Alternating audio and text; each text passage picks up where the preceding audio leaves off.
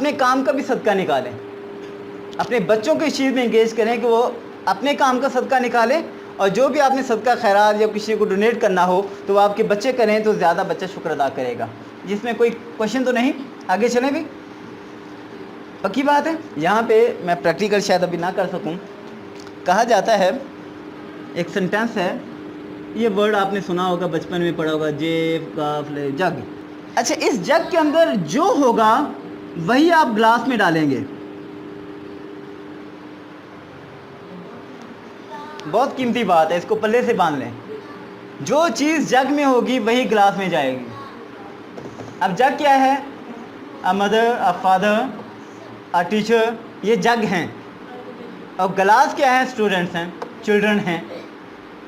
معذرت کے ساتھ ہماری زندگی میں نیگیٹو تھاٹس بہت زیادہ ہیں۔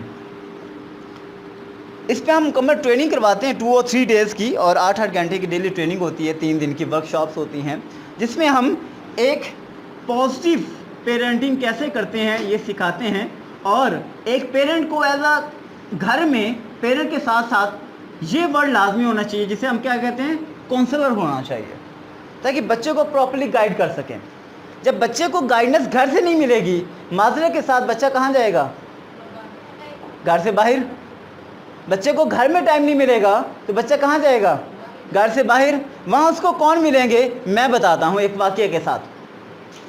راولپنڈی میں گورنمنٹ اسکول ہے، وہاں ایک بچہ پڑھتا ہے، اور ڈیلی اس کو پاکٹ منی 100 روپیز یا 50 روپیز ملتی ہے۔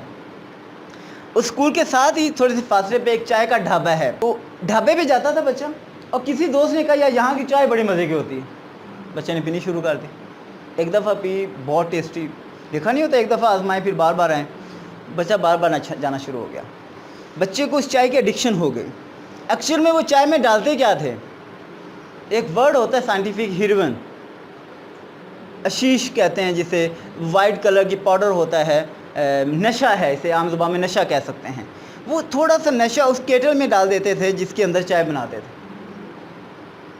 اب ہوتا کیا تھا کہ جب بچہ پیتا اس کی ایڈکشن ہو جاتی۔ اب ایڈکشن سے کیا ہوا؟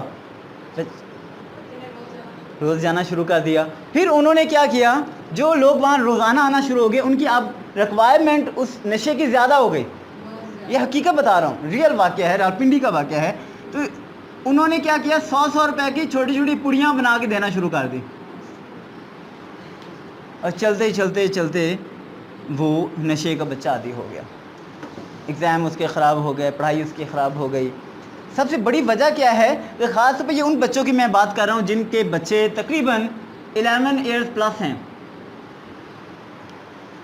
جن کو ہم ایک طرح کی آزادی دے دیتے ہیں کہ وہ شاپس پہ جا سکتے ہیں، بازار جا سکتے ہیں، ہوٹلز پہ جا سکتے ہیں، دوستوں کے ساتھ بیٹھ سکتے ہیں۔ اس سے چھوٹے بچوں کو شاید ہم نہ دیتے ہیں۔ میں ان بچوں کی بات کر رہا ہوں، ان پہ ہم نظر نہیں رکھتے، ان کے ساتھ ہماری کمیونیکیشن جو ہم نے یہ بات کی تھی کم سے کم ہوتی جاتی ہے، اور ایک وقت آتا ہے کہ ہم سے کوئی بات شیئر نہیں کرتے، کوئی بات شیئر نہیں کرتے ہم سے۔ یہ ایج بہت خطرناک ایج ہے۔